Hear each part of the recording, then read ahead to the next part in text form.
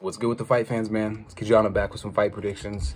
These are going to be my prelim and early prelim predictions. UFC 264. Conor McGregor versus Dustin the Diamond Poirier. Notorious versus the Diamond. If you haven't seen the main card predictions, go check them out. And then rock with me on some of these picks too. I'm pretty confident in most of these ones. Yeah, let's get straight into it. I'm actually going to start from the top. I'm going to start from Carlos Condit versus Max Griffin. I'll do it backwards this time. Fuck it. Carlos Condit's a plus 150. He's been in the game for a minute. He's got a ton of fight experience. He's fighting Max Payne Griffin. I like Griffin in this one. Griffin's got crispy boxing. He's well-rounded. He's got decent takedowns. And he looks like he's improving in every fight. The only thing I don't like about picking Max Griffin is he's a wishy-washy fighter. Sometimes one minute he's there and the next minute he's not there. And what I mean by that is, like, he's not reliable. Griffin's not reliable. One minute he wins and he trades wins and losses. It's like if he has an on night, Griffin's great, but if he has an off night, he's horrible. He has decent cardio. Yeah, I mean, I'm gonna rock with Max Griffin. I don't want to think too much about that one. Carlos Condit has a lot of fight experience, but I feel like Carlos Condit should have retired a few years ago. He's had a ton of fucking injuries. But at a plus 150, he's not a horrible pick. I just think Griffin's gonna outwork him. All right, next fight, Nico the Hybrid Price versus Michel Pereira. Man, dude, I don't want to pick against Nico Price because I like Nico. I've liked Nico since the first time I've watched him. He's wiry as fuck. He's explosive. You don't know what he's going to do. He's unorthodox, and I like those kind of fighters. He always brings it. If you look at his highlights, I'm surprised. This, like I said in the main card video, I don't know how he's not on the main card. It doesn't make any sense. Both of these guys are super entertaining to watch. They should be on the main card, especially Nico Price. He's been in the UFC for a minute. The Randy Brown knockout was insane. A lot of people say it was lucky. Maybe it was. It was still fucking dope.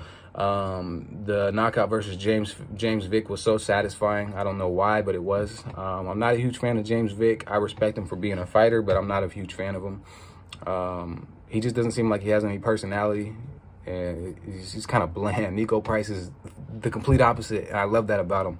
The dude is fucking, he's nuts. He's wiry. And he just, yeah, dude, that fool, I don't know who's going to get it done in this. I don't want to pick against Nico, but at the same time, Michel Pereira, he's just as wiry and explosive. I remember his first fight, he was doing backflips and front flips, jumping off the cage, doing all kinds of crazy shit. He gassed himself out and lost against somebody who came in on like 6 days notice, but it's insane for somebody to even try any of that in a real fight against somebody. You got to have a lot of balls and a lot of confidence in your abilities to do shit like that. And Michel Pereira could definitely catch Nico, but Nico's heavy-handed, and he's got a weird frame. He's got really wide shoulders and shit, long arms. He's got a really, really weird frame. He's got good cardio. He's got decent ground game. His ground game's underrated. He's got a few submissions under his belt. Even that fight versus Tim Means, that was fucking crazy too. It always seems like Nico's going to be out of the fight and he's getting rocked and something's happening to him, and then all of a sudden he comes back and just fucks the dude up or hits him with a one-hitter quitter, and then they go to sleep. He's just an exciting fighter to watch. This is one of the main ones that I'm looking forward to watch, honestly. It's in my, out of all the fights on the card, it's in my top 3 for sure, including the Poirier and Conor fight, of course. And probably Gilbert Burns and Wonderboy, those 3, or Ryan Hall, this next fight. But yeah, I'm gonna rock with Nico Price. Michel Pereira is cool and all, but I think Nico might get it done. And he's also plus 150. He's always an underdog. Nico Price is always an underdog. It makes no sense to me. He's had so many KOs and submission wins in the UFC. It doesn't make any sense. But I mean, fuck it. Make some money off it. Next fight, Ryan Hall versus Ilia Topuria. Both of them are submission specialists. Topuria really impressed me in his last fight. I forgot who he fought. Let me look real quick. But Ryan Hall, man, everybody's been ducking Ryan Hall since he's been in the UFC. He does those leg locks on you, and it's a wrap. Even though he's got a really good karate background as well. He's got decent footwork. He's a little flat-footed, but he keeps a wide stance. Ryan Hall is actually decent on the feet. He just doesn't really he doesn't really do too much on the feet because his whole goal is to get you on the ground and submit you. So he's not a super explosive or flashy fighter on the feet, but he's got his fundamentals. And he doesn't get hit too much because he keeps that wide stance. But Oh, 8-1 versus 10-0. Topuria hasn't lost yet. This might be his first loss. I could see it being his first loss. All these guys that come in the UFC 10-0, 11-0, 9-0, they always, that loss is like inevitable almost, unless you're Khabib. But yeah, Damon Jackson was the person that Topuria fought. I think that was his debut. Was that his debut? No, his debut was Yusuf Zalal, unanimous decision. That was an impressive fight. Topuria has great cardio. I think he might have better cardio than Ryan Hall, actually. I know he's shorter. Let's look at the reach advantage now, because this is going to be a big determining factor. Reach plays a huge role, especially as a submission specialist. Ryan Hall's 5'10". I knew Topuria was only like 5'6" or 5'7". So it's a 2-inch reach advantage. And a 5-inch leg reach advantage for Ryan Hall. He's got really long legs. He does those spinning back kicks. And like I said, he's got that karate background. So this is gonna go straight to the ground. I feel like I don't think these guys are gonna do too much on the feet. I could be completely wrong. Sometimes these submission specialists like to, when it's another submission guy and they're both going against like someone that does submissions, it seems like a lot of times they end up standing up and staying on the feet, which I don't know. It surprises me.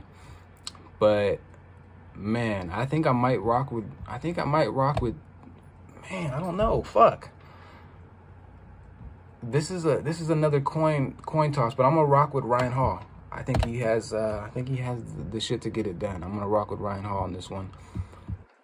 Yeah, Topuria's a -230 though. He's only had 2 fights in the UFC. Ryan Hall I think's had like 2 or 3 too as well. So he's a +180. That's another dog though. You could make some money off that for sure. I can't believe Ryan Hall's actually that should be a little closer, but in my opinion. But I mean, like I said, make some cash off that shit. Topuria is good though, man. Can't sleep on that one. So I don't know. I might steer clear of that one for my bets. All right, next fight: Trevin Giles versus Dricus Du Plessis. I can't remember who Dricus fought, man. I know it's been a minute. It's been a minute since he fought. I'm pretty sure. 15-2. I think he got a KO though, if I remember correctly. Trevin Giles, man. I don't know. He lets me down a lot. He doesn't throw enough, and he's got good hands. He's got really good hands, quick hands. His hands are super quick. He doesn't mix it up enough. He doesn't throw enough kicks. He doesn't really make it mixed martial arts. He kind of picks people apart with his counter striking, and that's also another thing I don't like. He stalks people down, but then he counter strikes. So he stalks, but then waits for you to throw something, and then he counters. I don't really like that, because if the other person doesn't throw anything, then usually he ain't throwing nothing, and then it just becomes a boring fight. And I've already seen a few boring fights from Trevin Giles. So he beat Marcus Perez by KO on his debut. That was Dricus Du Plessis. I don't know who's gonna win this one. I really don't. I remember that fight though. This is gonna be a really tough one to call too. Some of these are. It's like I'm confident in certain fighters, but at the same time, like they really match these ones up really good for this card. Roman Dolidze, that ain't really impressive. Dolidze, he's known for gassing out. Bavon Lewis, TKO, that was impressive. I remember that. James Krause, split decision. Like, all of the Gerald Mayshart, guillotine choke, he was beating him, then took him down in the 3rd round and fucking got submitted. Stupid.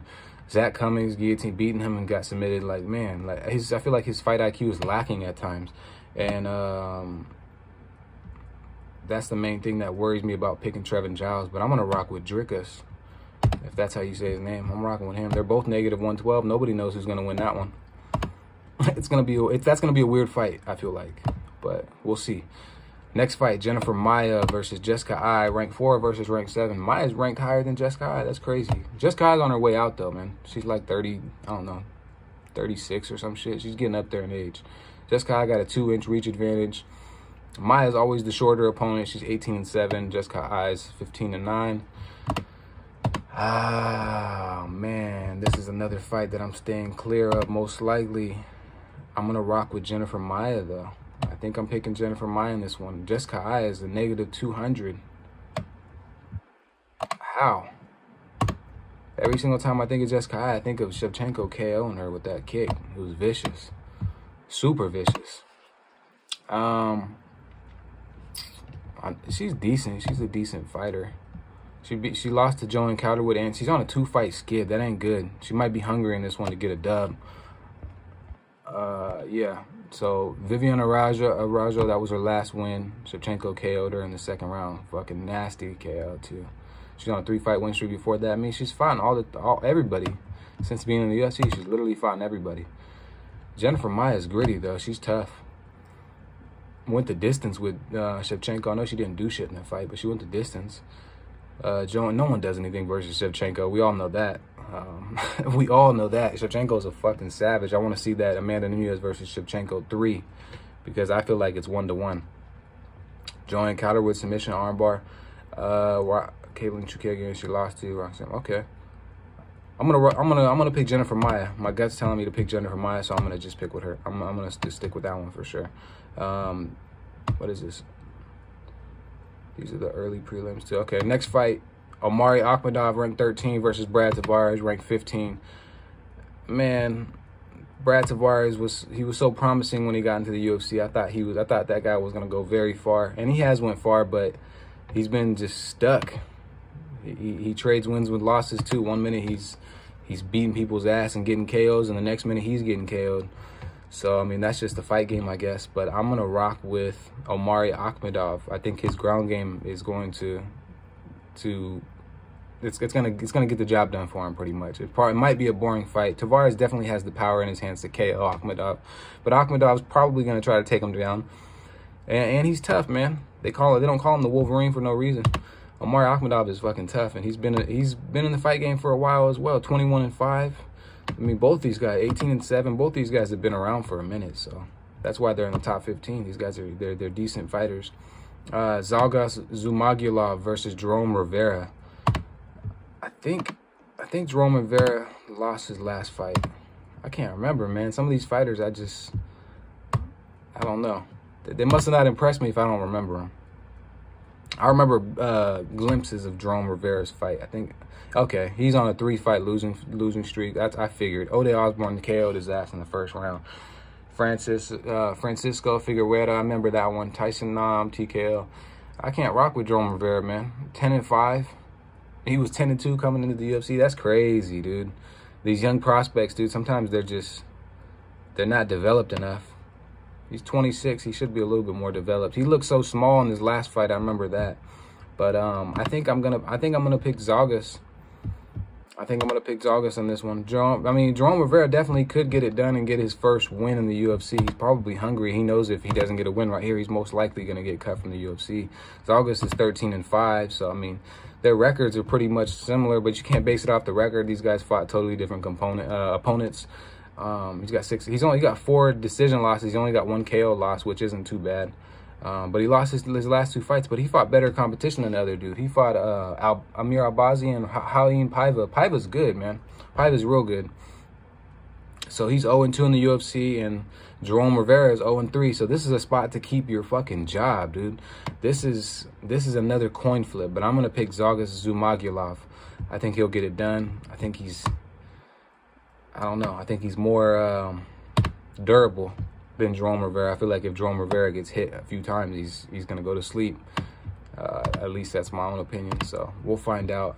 Next fight. This is the very first fight of the card. I know I went backwards, but who cares? Hugh Yaozong versus Alan Imedovsky. Alan Imedovsky, 5'10" versus 6'3". I don't know who Hugh Yaozong is. I don't even remember who he fought. See. Man, I should have wrote some shit down. I didn't watch all these people. I didn't watch most of these highlights from any of these people or whatever. So we will find out right here. 2 KOs, 1 submission loss, 1 submission win. He's on a 2-fight losing streak. Damn. Cyril Asker. So he's pretty much making his debut. Well, he lost to Rashad Coulter in 2018. He hasn't fought in the UFC since 2018 or at all. 3-2. Nah, man. I'm picking Alan Imedovsky. That's all I had to see. I don't have to see. I mean, he might have made some improvements. He's big as fuck. 6'3" for the division. Another guy has 8 KOs, 1 KO loss, and 1 decision, but he lost to John Phillips in the first round by KO and Krzysztof Jotko by unanimous decision. So he's 0-2 in the UFC too. Man, they put some scrubs on the fucking. Man, I just don't get it. They got some serious scrubs on the early prelims. I know it's early prelims, but damn, dude. Like, at least get some people that have 1 win in the UFC. These guys have 0 wins Yeah, like a bunch of good fighters got cut from the UFC, but they kept these guys around. It doesn't. It's mind-boggling. That never really makes any sense to me when they keep these kind of guys around that are just losing. But it is what it is. I'm picking Alan Nemedovsky, and those are my picks, man. Hopefully you guys make some fucking money, dude. I'm ready to watch some fights. Last week there was no fights or anything like that. I can't remember. Oh yeah, it was heavyweight bout the week before that. That was pretty entertaining. I feel like it was all right. I feel like it could have been a better main event. It was a little bland, but like I said, it is what it is. Hopefully you guys make some fucking money. Drop some comments, subscribe. I'm gonna do a giveaway pretty soon again. Most likely some Funko Pops, some UFC shit. We'll find out. Maybe I'll do something different this time. But yeah, enjoy the fights this weekend, guys.